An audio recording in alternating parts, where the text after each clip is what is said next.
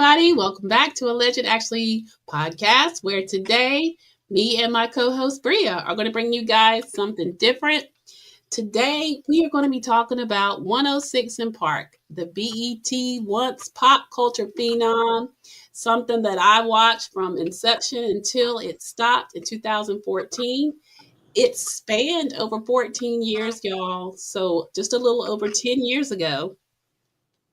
And we're going to talk about kind of some of the hosts over the years, some of the reasons 106 in Park as we knew it no longer exists, and just kind of go back in time, if you will, and do a deep dive on 106 in Park. As most of you know, if you're new over here, welcome. We do reality TV recaps and we do some great pop culture segments. This year, Happy New Year to everyone. Yes. Bria and I have decided that our pop culture segments are going to look a little different this year. We are going to lean into our slogan of two generations, two perspectives, and all the hot tea. So you'll hear us talk about movies, shows, pop culture, icons, figures, and entertainment, and kind of talk about it from both of our perspectives in our two different generations. For those that don't know, we are mother and daughter. And so we are definitely two different generations that have some same perspectives, but a lot of times very different ones. And so that is part of the great part about what we do. So, Bria, before we get into it, I wanted to ask you, how was your New Year's? It was great. It was great. I hung out with someone and bought in the New Year's with them and their friends, and so it was very fun. Yeah, just exactly what I needed to get the year started. It was very Awesome. How was yours? It was great. I brought in the New Year's with my hubby out at our new property where it's kind of like a hidden gem out there in the woods, just at peace with nature. And before we get in a deep dive, real quick, I just want to ask, and I want to pose this question to all of our actualizers out there. What are your intentions for 2025? For me, definitely, I want to keep bringing you all some great content, and I want you all to engage more with us. So we encourage you, not only in this video, if you will, just go ahead and like it for us, by the way. If you haven't yet subscribed, go ahead and subscribe and hit the notification bell. But we're going to be more consistent. We want to keep bringing you good content. So we invite you to reach out, slide in our comments, and let us know some things that you'd like us to talk about, some things we can deep dive for you, some exposés we can bring your way. But I just want to be more intentional about the things I do, and one of which is this channel here. So, Bria, what about you? I definitely want to be more intentional with this channel. I have other side projects that I definitely want to lean into, and just choosing myself and never staying too long where I'm not, wanted, or where I'm not being served, I guess. That's where I'm at, and I'm happy. This is a new, and I feel good. I like that. Matter of fact, I love that. Yes. All right. And y'all slide in our comments and let us know what your intentions are for 2025 as well. So, Bria, let's get into it. So, 106 in Park. Like I said, y'all, they were on the air. 106 in Park was BET's iconic music video countdown show. I know personally for us, we watched it every day. It premiered in the year 2000 and wrapped up in 2014. It was a key part of the early 2000s music and pop culture scene, especially in the hip hop and R&B genres. Over the years, 106 in Park featured various hosts and DJs who became iconic figures in the entertainment industry. And we've had different hosts that are beloved to the show, and we're going to get into that. Bria, I wanted you to kick off with some of your thoughts, and then we're going to kind of get into the host and kind of what happened over the years. Okay. My favorite hosts, Like, Yeah. okay, I would say my favorite hosts. Now, okay, so I was born in 1996, everybody. And so that means Free and AJ were around when I was like 4 to what, 6 years old? Maybe They were the host from 2000 to 2005. So they lasted until you were 9. 9. Yes. We're going to put them on screen while you're talking about them. Okay. All right. I enjoyed them. However, I was still very young and I didn't really know what was going on. I just wanted the music. I didn't really care what they were doing. And so the most memorable hosts to me were Terrence J and Roxy. They Yeah. were, when I was actually interested in the pop culture, like I was old enough to really care about what celebrities were doing. And, I I think they were my, just because of my age, I feel like they were my favorites. Who didn't love Terrence J and Roxy? They both of them, I think, had like wonderful chemistry.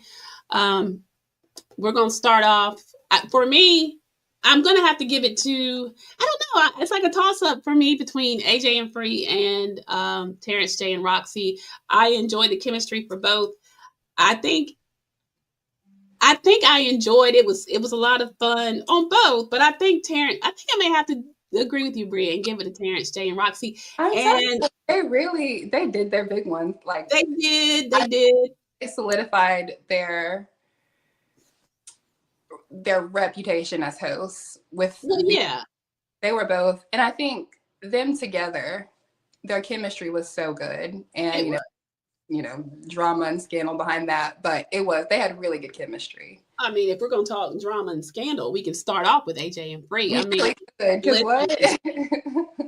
so y'all, to give you some background, I'm going to put them up as we talk again. I'm going to throw AJ and Free up. So AJ, Adrian, AJ Frazier, and Marie Free Wright were the original host of 106 in Park, and they brought a fresh, lively energy to the show. They were beloved by fans because they were the pioneers. They started it. They had a ton of chemistry and charm. They were on the show marked the golden era of 106 in Park because that's where it all started. And so that's when it became the go-to place for the latest music videos, interviews with stars, the latest trends in hip hop and R&B. Now, AJ, he was a former radio personality who brought his charisma, quick wit to the show, and Free was known for her bold confidence persona. She became an iconic figure in her own right. She also was known for her direct, no holds barred interviewing style and for being a trailblazer for women in hip hop related media. She was a boss. We loved them together. Some of the scandals behind AJ, or I'm sorry, with Free, a lot of you know, started with Wendy Williams back when she had a radio show where it was her that alleged and started the rumor that Free had a child with Jay-Z. And I did some digging, and a lot of those rumors were honestly started because when Jay-Z was on the show, and he did frequent the show throughout his career over that span, there was a special chemistry between Free and Jay-Z, a friendship, a relationship that was undeniable. Um, I don't have clips to share with you because it was hard to find, but after doing, some digging and reading, that was the catalyst. I will say that she has definitely, literally, y'all, just recently on her Instagram, just came out and debunked those rumors. But it was so much so that there are so many fan pages dedicated to whether Free has a 20-year-old son by Jay-Z, that she had this love child between her and Jay-Z in the Brooklyn hospital, Metropolitan Hospital. Yeah, it's crazy, but she really never addressed it until they said recently, 2024 is when she actually came out and actually, so there's that. I remember the episode when it was their final episode. It was shocking. There wasn't a whole lot that I could find as to why they left the show. Bria, did you have anything to add? Not really. All I saw was contract was up and they were just looking to To move do to other things, younger yeah. hosts is what I Right. saw. So Yeah. it's like they were getting older and they wanted younger hosts. They did. And if you all recall, after that, they temporarily brought in at the time Big Tigger, who was doing some Rap City episodes. So he was guest co-hosting. Him and Jaleesa Bermudez um, were the temporary host. And during that time, they went to colleges, honey, HBCUs. And let me just tell you which HBCU they found their host that spanned from 2006 to 2012, none other than Terrence J, who is a fellow what? Aggie. And I'm gonna give that Aggie pride out there because Aggie, all you right? Aggies, yes, he went to North Carolina A&T State University, the illustrious, wonderful number one, honey, the Absolutely. home of G Ho, none other than Aggie Land. Yes, Terrence J was the host, and it took them a little longer to find his female co-host. So Jaleesa continued on with him for a bit until they found his co-host, who was none other than Roxy Diaz. I'm gonna put them on the screen. Y'all, even their picture gives me nostalgia, Bria, does it not? It really does. Oh my It goodness. does. It does. So, like I said, y'all, they hosted from 2006 to 2000 or to 2012. After AJ and Free left the show, their hosting marked another major chapter in the show's evolution. They helped maintain 106 in Park status as the top urban music countdown show. What are they doing now? I mean, gosh, we've seen Terrence J everywhere. He became one of the most recognizable personalities in entertainment. His sharp wit and engaging style made him a fan favorite. Before his time on 106 in Park, he was a radio DJ and he was involved in local TV, and he was getting his education on at North Carolina A&T State University. Since now, y'all, you can see him. He acts, he does hosting, he does some of everything. Roxy was a former model and TV personality. She brought a fun and relatable personality to the show. Alongside Terrence J, she became a fixture in pop culture scene and an influential figure in the hip hop world. She had her own, Lord knows, rumors attached to her as well. I think, anytime you're a public figure like that, but a lot of in their era, they were the ones that, really brought in, that's when we came to know Bow Wow as Mr. 106 in Park. And you guys have to remember it was a different time. Now, when artists wants to drop their music, they stream it, it's not back then. It used to be a big deal when a video was premiering. Um, they would have that artist on, and it was just a whole like exciting thing. And then the countdown every day you'd watch and see, and most of the times it would stay the same, but every so often you get a new number one or a new top 10, or it was just listen, if you really love music and you love that era, it was, if you weren't tuning in, you might have been tuning in at its counterpart. I think Bria's going to talk a little bit about that.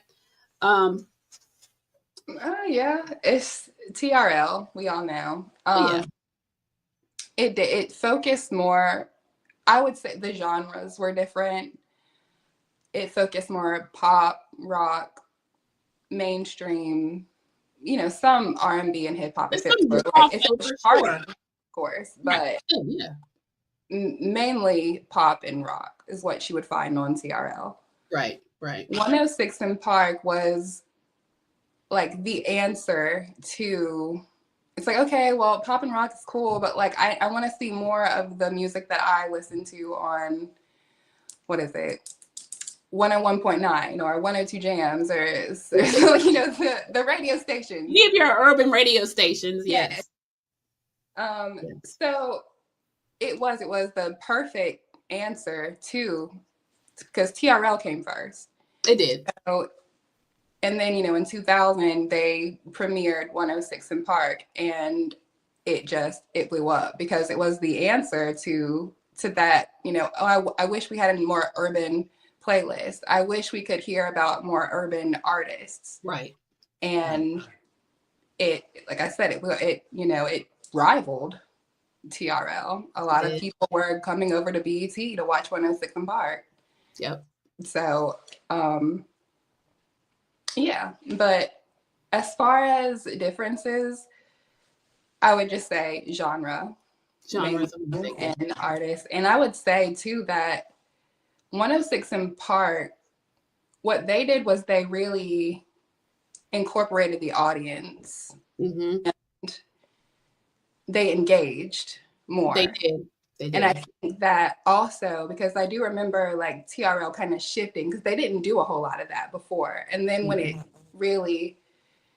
it took off on 106 in Park, they started incorporating more of that into their segments. Yeah, because it used to be Carson Daly and the hosts, then they started having more of them inside the studio with them and engaging more.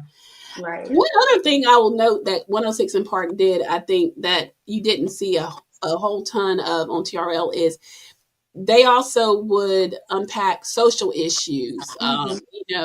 They were really big on, I remember, he's not socially acceptable to talk about what we're going to say. Diddy went on his his thing about getting the people to register to vote. And so he did a whole lot of segments on that. And, they were socially conscious as well and brought the issues that were important to the young urban audience, young Black community, those that, whenever there were issues that needed to be discussed, they did not shy away from doing that as well. So you had the entertainment, the music, but you also had the social issues, political issues, things that they wanted to make sure that the listeners, the audience, was aware of and engaged with. And so, it encompassed more than that. It was important to the culture. It really was. Now, we also going to put up here, when we're talking DJs, as we started to shift, the last 2 years, there was a decline in ratings. When we talk about what happened to 106 in Park, we do talk about over time, just as anything, it runs its course, but the show's viewership steadily started to decline and audience migrated to digital platforms for music content as artists started to go that route for their updates, their videos, and the younger demographic that the show targeted was increasingly drawn to on-demand content, making the live TV format less appealing. Right. And Bria's going to get there, but they went one last ditch effort and brought in Mr. 106 in Park himself, and his co-host was Keisha Shantae, and they hosted 106 in Park from 2012 to 2014 when the show officially ended. And they did do a short stint trying to take the show to digital format, but it was never really widely received.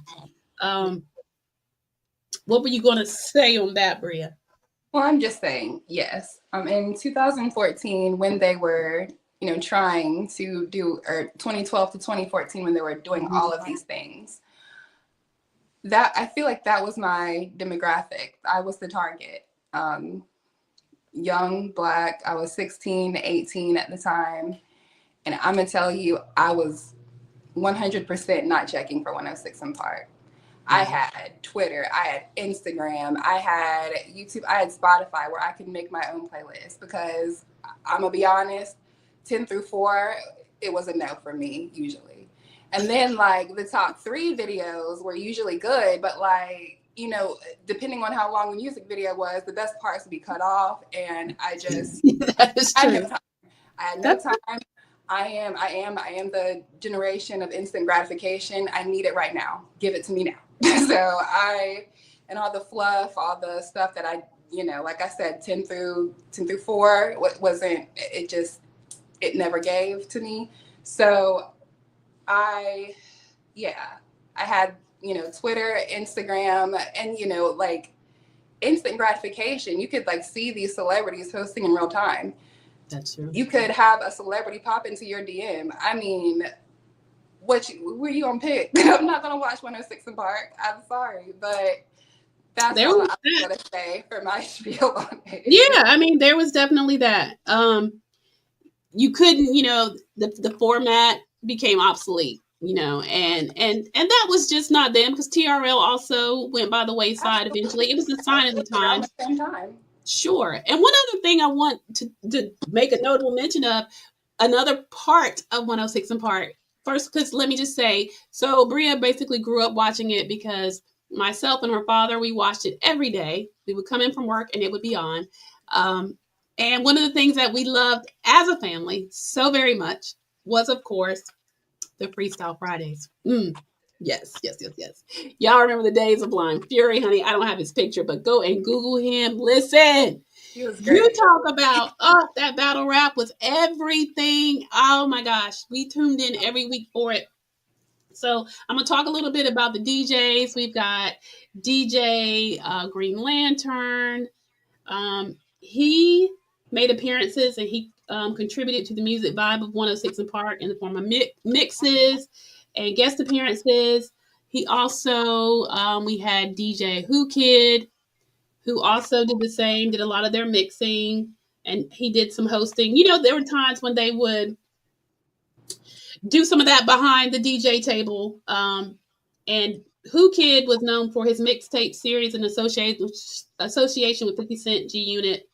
And then, of course, as we discussed, Freestyle Friday, we had DJ Megatron, who was the one that was integral in the Freestyle Friday. Sadly, y'all, March 27th of 2011, DJ Megatron was shot and killed in Staten Island neighborhood of New York. He was only 32 years old, so that was a tragic loss to the 106 and Park family.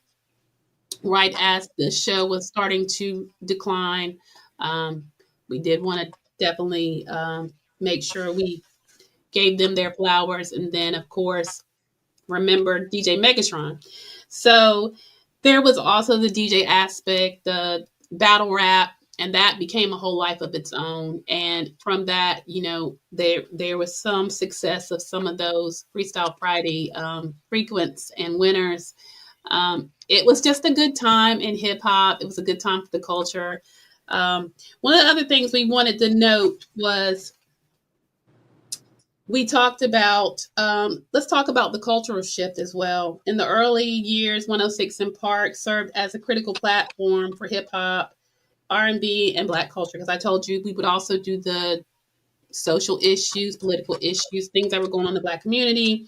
Then, as the music industry and culture evolved, BET struggled as a whole to maintain its role as the tastemaker and community hub. Um, Legacy disputes its decline. 106 in Park remained an important part of music and TV history. It launched the careers of many artists and served as defining cultural space for Black youth during its prime. And then, so let's talk about that. So BET tried to rival with MTV, started to change its format from music videos to reality TV. We know we had Real World, Road Rules, um, The God, Hill, Laguna Beach, Laguna Beach, yeah. The what was it? Big what's his name? The Robin chef. Berry. Yep, yep, yep. Oh yeah, I loved it. Yes, I mean there were so many. So they kind of changed their platform before BT caught on, and then as they did, um, they started to try to put more scripted shows in and bring in some, and so the shift of the Hold channel. on, pause, because I wanna. There was like a very brief time where BET like tried to do reality shows, and I think they College still Hill, College Hill, dabble. College Hill, but like right? yes, but also you remember that weird show Hell's Kitchen? Not Hell's Kitchen. Oh, Hell Date. Hell Date. I do. Oh yes, I do So that remember would that. come on That right was on after. late. That Yeah, it would come on right after, and that I do. because I stuck around for that. Those were Yeah, great. They were. So I mean, they made their attempt, and it's like anything else, you have to evolve with the times, and they did attempt to. The BET, as we used to know, is no more. But I mean, BET still got some good content. Some of their scripted shows. Tyler Perry has brought back some of that, and they do still have as well. Yeah, some reality shows, and we have BET Plus now. So there's that. So um, we just wanted to go back in time for nostalgia's sake and talk about a show that Bria and I loved. Um, 2024 marked 10 years since the show has been no more. And so, as we start into a new year, we wanted to bring that to you as the start of what is going to now become a segment for Bria and I. We will be doing our deep dives on different shows, movies, like I said, pop culture topics, icons, artists, you name it. We're going to do it. We're going to have our deep dives, our discussions. Um, so slide in our comments and let us know, what did you think of 106 in Park? Did you watch back in the day? Who are your favorite hosts? What were your favorite moments? I remember what I thought was so funny, and it's still to this day a debate. So do you remember, Bria, when Lloyd was on and his song? Okay, go ahead. You want to clue them in? Do y'all remember? So the song "You" by Lloyd. It was a part that I believe it to be said, "She's fine too, but I want you." It makes sense. I'ma just because what he said was, it's whatever you want it to be, but he was being nice. He's being nice to Roxy because Roxy, she did what some of those of you that could not hear did. And it makes no sense. I need y'all to understand she's that. 5'2", y'all, 5'2", as in her stature is short. But I want you. No, ma'ams, no, sir. It was she's fine too. Thank you. Not 5'2". Okay. Fine Honey, too. put that in the comments. What did y'all say it was? Because I know that she's fine too. Boy, I nice. Like, no. It makes no sense the other way. No, and y'all have to acknowledge that. It makes Please, no sense. Y'all. Let's clear it up today. Fine too. It's fine too. Not 5'2", it's fine.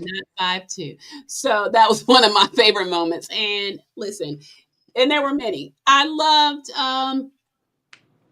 a lot of Bow Wow's being on there. He was Mr. 106 in Park. I remember when it was the first time when they had 3LW, and Keely said that she alluded that she had a relationship with Bow Wow. That was on 106 in Park. And that's when he put in one of his verses, you got girls and girl groups saying we go together as a diss at Keely. Child, it was just, and then the Chris Brown, when they brought Chris Brown out, it was so many great. Listen, I could go on and on, honey. Mary J. Jay-Z was on there. We done told you that. Back when it was acceptable to say, Diddy was on there a lot. The 50 Cent and Ja Rule beef was frequented there. I mean, the Lil Wayne and Birdman kiss was there as well. I mean, a lot of legendary things. Sean Wayans, I think, didn't an audience member propose to Sean Wayans, and he was like, no, absolutely not. Or the infamous lap dance that AJ gave Janet Jackson. That was another one. And she was like so unfazed. Like, she was. And there's that. Y'all, there were so many. And it was just a great time in the culture. You guys, please slide in our comments and let us know your favorite moments. We have many, as you see. But that's basically what we wanted to bring to you tonight. Like I said, this is just the first of many. So you're going to want to go ahead and subscribe and hit that notification bell, because me and Bria are going to be back for a whole array of discussions on many different topics. And we're going to give you our thoughts. And so, Bria, I'm going to give you the final word. I'm going to say my goodbyes. Final words go to you, Bria. Yeah.